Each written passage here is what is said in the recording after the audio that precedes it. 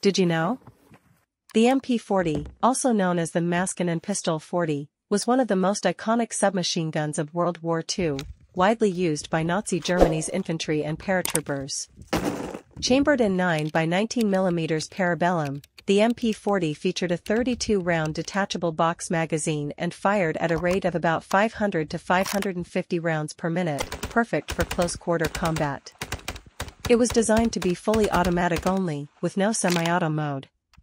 What made the MP40 revolutionary was its use of stamped steel and plastic parts, making it cheaper and faster to produce compared to older firearms like the MP38. It also had a distinctive folding metal stock, making it compact for transport, ideal for tank crews and paratroopers.